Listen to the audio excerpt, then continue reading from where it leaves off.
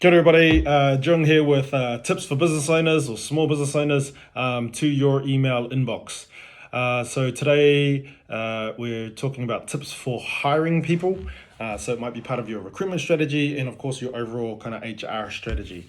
Number one, review your organizational chart. Number two, know the type of person from a personality perspective that you want to hire. Number three, have a clear understanding of the responsibilities, the projects, the tasks that you might be giving this person. So a job description, essentially. Number four, try and start them on a Thursday. Number five, set aside time to induct and train them. And number six is set up a daily rhythm with them, especially for key hires.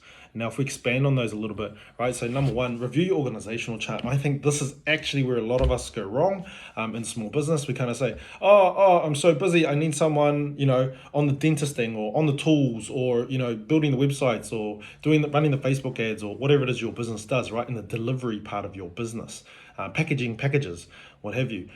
I just don't have enough time to get sales, so I'm going to go and hire a salesperson. But it's not often the case, right? What I recommend you do is you backstep and you have a look at where are all the roadblocks. Where is the 80-20, right? Where is the 20% of your time where you get the most value of it, and where's the 80% where you're probably not getting as much value as you should be out of it. And then we start to pull that apart and look at that. And if we're honest, a lot of it is in operations.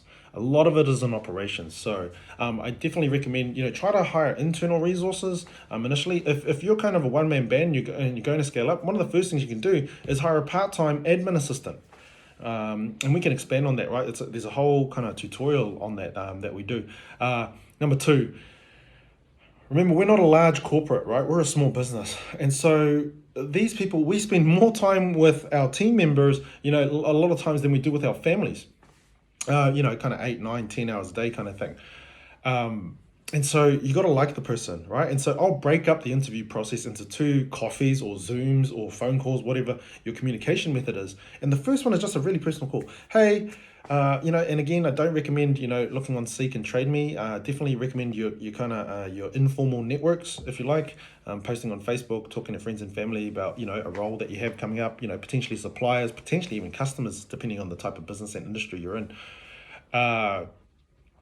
But the first one is kind of, hey, how are you? What interests you in the role? Tell them a little bit about the business, where you're going, why you exist, the vision, mission, purpose, that type of thing.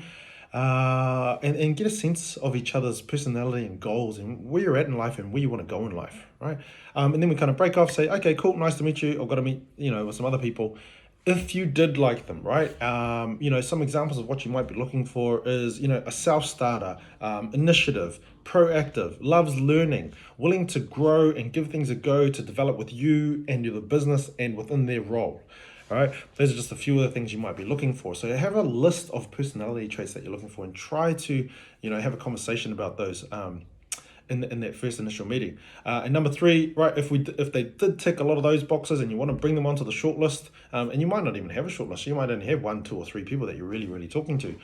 Then we go to the job description. We say, hey, look, this is where the business is at, and I think I'm bottlenecked in operations, or, we really need someone to take care of sales, but then also they need to kind of package packages or, do some digging of holes or, whatever that might be, or help us manage social media because we just don't have enough time to pump out content, etc., etc., etc. And then, get an agreement on that. Obviously, money will come into that. So obviously, you've got to have an idea of that. Number four is if we do start them, try to start them on a Thursday, right? Especially for key hires, because we don't want to, overwhelm them by starting them on a Monday and having 5 days of learning where the bathroom is, where to get coffee, where to get food, what's their name, how does this department work, what's my login for this system, all those types of things, as well as the health and safety stuff. So try and start them on a Thursday, right? They get a couple of days, and they go away for the weekend, and then they come into their full week, right? But it also works for us as business owners because a lot of our time is going to be sucked up essentially by inducting, training, and teaching these people how to, one, operate in the business, who the team are, who the departments are, but two, how to do the specific tasks, responsibilities, and projects that we want to give to them on a daily basis. And that leads me on to number 5, which is, set aside time to induct them. And it's, you might do a couple of hours a week. You might do more than that, right? Depending on your business, your industry, the type of role that they're in. But you might do more than that. And number 6 is an addition to that, which is have a daily rhythm with them, right? Especially for key hires, right? We want to meet with them daily, whether it's 15 minutes in the morning, 15 minutes in the afternoon, or just 15 minutes a day, whatever it is. But just to check in, hey, how you going? Any challenges, anything I can help you with? How are you finding it, etc., etc., etc. So 6 tips in less than 6 minutes for you to consider when making your next key hire. Love and peace.